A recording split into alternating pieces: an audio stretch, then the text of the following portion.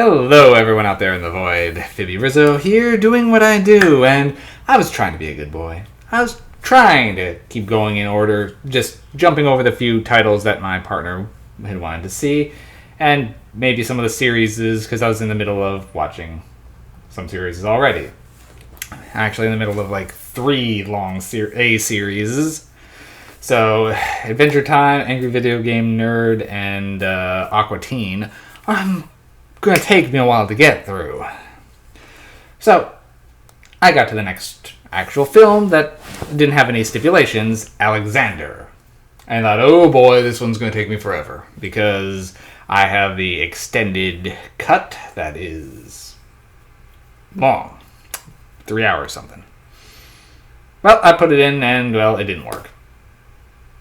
Yep, my disc, I think I just found this one at a garage sale somewhere, and so the movie didn't work. Well, that's not going to stop me, so I ordered a replacement, upgrading it to Blu-ray. And while I waited for that, I moved on to I just got a little annoyed, so I decided just to pick an A movie I wanted to see, and I chose American Psycho. Now, I've seen this movie before, but it had been a while. And it still holds up. Okay. American Psycho. Christian Bale plays Patrick Bateman. And this is a hard movie to describe because it suffers from, well, I don't say suffers from, benefits from having a very, very unreliable narrator. Everything here is told from Patrick Bateman's perspective. And it's kind of got almost a Fight Club kind of vibe of him describing his life and his routine. But there's something just off about it. His whole portrayal, something seems hollow, fake, plastic. But that's kind of very fitting for the character. It's just something charming but off-putting about him. And the whole performance is like that, and it is very well done. So, he's a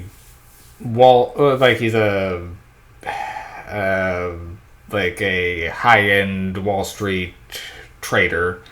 So, and it's pretty much him dealing with his corporate world, measuring business cards, and trying to see who's getting the most accounts. Meanwhile, he also is potentially a psychopath, and it may be responsible for the deaths of several people. I say maybe because even by the end of the movie, we're really not sure what happened. The unreliability of the narrator makes it unclear whether he killed anyone or not, or even whether he actually is Patrick Bateman, or if Patrick Bateman is someone else entirely. As some people keep mistaking him for someone else, even his attorney thinks he's someone else after speaking with him, and the whole movie satirizes the whole corporate banking world of how fake everything is. Pretty much about him, he occasionally pretends to be someone else and everyone believes it. And it's like no one knows who he is and everything's going on just what they say it is. And it paints this very strange picture of how hollow the whole thing rings. And then there he is, just going for his day. Like, it's a sort of weird couple weeks in the life of a psychopath, but it's told in such a way that you're not really sure what happened by the end of it. That said, the movie is definitely hypnotic, and the things he does are definitely terrifying. Seeing Christian Bale chasing a prostitute while he's naked holding a chainsaw is very evocative. But whether that actually happened or not, or whether it's just all in his head, I couldn't say. He kills off one of his rivals, who he just really doesn't like, who keeps mistaking him for someone else. And everyone knows he's missing, but at the same time, and Patrick makes up that he's over in Europe, but apparently someone saw him in Europe. So is he really there? Did he really get killed? Who knows? So it's definitely this weird... It's a weird satirization wrapped in a thriller horror, wrapped in an I don't even know. But the movie's very watchable, and just for the performances alone, Christian Bale, Reese Witherspoon, even a little bit of early John Leto and Willem Dafoe is always a delight. So, it's good. I'd give it a good 7 MacGuffins for me. It's not my favorite. So this movie has like a cult following, and I can see why, but it's... For me, I can only watch this one once in a while because, well, it's good, and it's just how out of step everything seems to be. It does make it kind of hard to keep going with. But that's intentional. Everything just is supposed to feel a little off. And it does a good job of that. Soundtrack's great, and I love him just...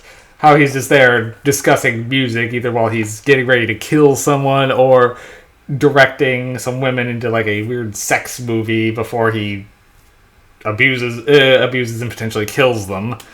It's just talking like his music critic while this is going on is just weird, but good weird. It's a strange movie. But I do definitely recommend seeing American Psycho if you haven't. It is bizarre, but in a good way. I don't even know what to say about this movie. It's worth it for Christian Bale's performance alone. Definitely.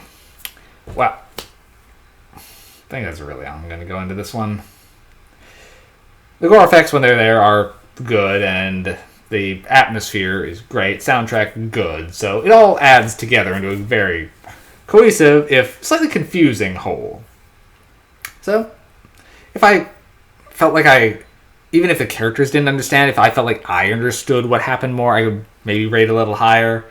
But I know that's kind of what they're going for, but it does make it a slightly unsatisfying at a couple moments, just because you're so unsure about what is happening.